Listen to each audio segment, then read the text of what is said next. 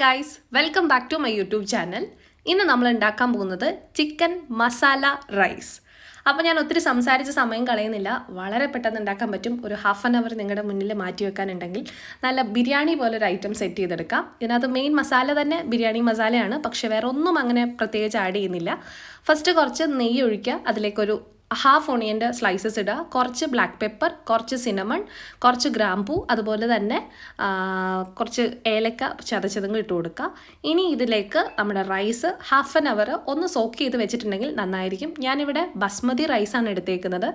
ഇനി ഇത് ഒരു 2 വിസിൽ കേൾപ്പിച്ചാൽ മതിയാവും, കാരണം 2 വിസിലിൽ തന്നെ ഇത് കുക്കായി കിട്ടും. ഹാഫ് ആൻ അവർ നമ്മൾ ഓൾറെഡി സോക്ക് ചെയ്ത് വെച്ചിട്ടുള്ളതുകൊണ്ട് തന്നെ.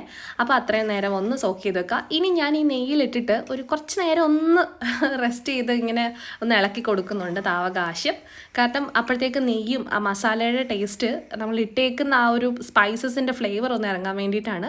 ഇനി ഇതിലേക്ക് ഞാനിവിടെ 2 ഗ്ലാസ് അരിക്ക് 4 ഗ്ലാസ് വെള്ളമാണ് ഒഴിക്കുന്നത്. നിങ്ങൾക്ക് ഇഷ്ടമുള്ള ലീവ്സ് ഒക്കെ ഇതിനകത്ത് ആഡ് ചെയ്യാം. ബിൻഡ് ലീവ്സോ ബേ ലീവ്സോ അല്ലെങ്കിൽ മല്ലിയില ഒക്കെ ആഡ് ചെയ്യാം. ഞാനിവിടെ അത് വേവിച്ച് മാറ്റി റെഡിയാക്കി വെച്ചിട്ടുണ്ട്. ഇനി നമ്മുടെ മസാല ഗ്രേവി റെഡിയാക്കി എടുക്കാം. എഗെയിൻ കുറച്ച് നെയ്യ് ഒഴിക്കുക, അതിലേക്ക് ഒരു 2 സവോള കട്ട് ചെയ്ത് ഇട്ടിട്ടുണ്ട്. ഇനി ഇതൊന്ന് ചെറുതായിട്ടൊന്ന് സോട്ട് ചെയ്തെടുക്കുക. ഇത് വളരെ പെട്ടെന്ന് എല്ലാവർക്കും ഉണ്ടാക്കിയെടുക്കാൻ പറ്റുന്ന ഐറ്റമാണ് കേട്ടോ. ഇതുപോലൊരു ഗോൾഡൻ കളറാകുമ്പം അതൊന്ന് കോരി മാറ്റി വെക്കുക. നിങ്ങൾക്ക് ബിരിയാണിക്കകത്തൊക്കെ ഇടുന്ന ആ സെയിം സംഭവം തന്നെയാണ് കേട്ടോ. ചെറിയൊരു ഡാർക്ക് ഗോൾഡൻ കളറിലാക്കി വെക്കുക. ഇനി ഇതിലേക്ക് തന്നെ ബാലൻസ് ഉള്ള നമ്മുടെ നെയ്യിലേക്ക് നല്ല ഇഞ്ചി വെളുത്തുള്ളി ചതച്ചതും നല്ല കുറച്ച് കറിവേപ്പില ഇട്ട് കൊടുക്കുക. ഇതങ്ങോട്ട് നന്നായിട്ട് നെയ്യിൽ കിടന്ന് സോട്ടായി വരുന്ന ആ ഒരു സമയത്ത് വേണം നമ്മളൊരു 2 പച്ചമുളക് എരിവുള്ളത് കട്ട് ചെയ്തിട്ട് കൊടുക്കുക. ഇനിയും എഗൈൻ നമുക്ക് ഗ്രേവിക്ക് വേണ്ടിയിട്ടുള്ള സവോള കട്ട് ചെയ്തത് ഇട്ട് കൊടുക്കാം. ഇത് നന്നായിട്ടൊന്ന് സോട്ട് ചെയ്തെടുക്കുക. ആവശ്യത്തിന് ഉപ്പ് നിങ്ങൾക്ക് വേണമെങ്കിൽ ഈ സമയത്ത് ചേർത്ത് കൊടുക്കാം. സവോള ഉപ്പിട്ട് കഴിഞ്ഞാൽ പെട്ടെന്ന് വഴണ്ട് കിട്ടും, കുക്കായി കിട്ടും. അതുകൊണ്ടാണ് ആദ്യം ചേർക്കാൻ പറയുന്നത്. ഇല്ലെങ്കിലും കുഴപ്പമൊന്നുമില്ല, ഫ്ലെയിം വളരെ കുറച്ച് വെച്ചിട്ട് ചെയ്താൽ മതി ഇത്. ഇനി നമുക്ക് ഗ്രേവിക്ക് നല്ലൊരു തിക്നെസ് ഫീൽ ചെയ്യാൻ വേണ്ടിയിട്ട് ഞാനിവിടെ 2 ടൊമാറ്റോ ഒന്ന് കട്ട് ചെയ്തിട്ട് ഇട്ട് കൊടുക്കുന്നുണ്ട്. അതാകുമ്പോൾ കുറച്ചുകൂടെ ഗ്രേവി കുറച്ചൊരു നല്ല തിക്കായിട്ട് വരികയും ചെയ്യും, നല്ലൊരു പുളിപ്പ് കിട്ടും. പിന്നെ ബിരിയാണി ഉണ്ടാക്കുന്ന പോലെ ഒരുപാട് മസാലയൊന്നും ഇവിടെ ആവശ്യമില്ല. ഫ്ലേവറോ എസൻസോ ഒന്നും ആഡ് ചെയ്യേണ്ട. ഈ പറഞ്ഞ പോലെ കുറച്ച് മഞ്ഞൾപ്പൊടി, അതുപോലെ തന്നെ വലിയ ജീരകം പൊടിച്ചത്, കുറച്ച് തൈര്, കുറച്ച് ബിരിയാണിയുടെ മസാല, അതൊരു ഹാഫ് ടീസ്പൂണൊക്കെ ഇട്ടാൽ മതിയാവും. ഇത്രയേ ഉള്ളൂ. നിങ്ങൾക്ക് ചിക്കൻ്റെ ഏത് പീസസ് വേണമെങ്കിലും ഇതിൽ ആഡ് ചെയ്യാം. ദം ചെയ്ത് വെക്കേണ്ട ആവശ്യമില്ല, ഒന്നുമില്ല. ഭയങ്കര സിമ്പിളായിട്ട് ഉണ്ടാക്കാൻ പറ്റുന്ന ഒരു ഐറ്റമാണ്. ഇനി നമുക്ക് ഇതിനകത്തെ ചിക്കനൊക്കെ ഇട്ടിട്ട് ഒന്ന് മാരിനേഷൻ പോലെ ചെയ്യുന്ന രീതിയിൽ ഒന്ന് ഇളക്കി കൊടുക്കുക. ഫ്ലെയിം കുറച്ച് വെച്ച് ചിക്കൻ ഒന്ന് വേവിച്ചെടുക്കുക. വേണമെങ്കിൽ ഒരു 1/2 ഗ്ലാസ് വെള്ളം കൂടെ ഒഴിച്ചു കൊടുക്കുക കേട്ടോ.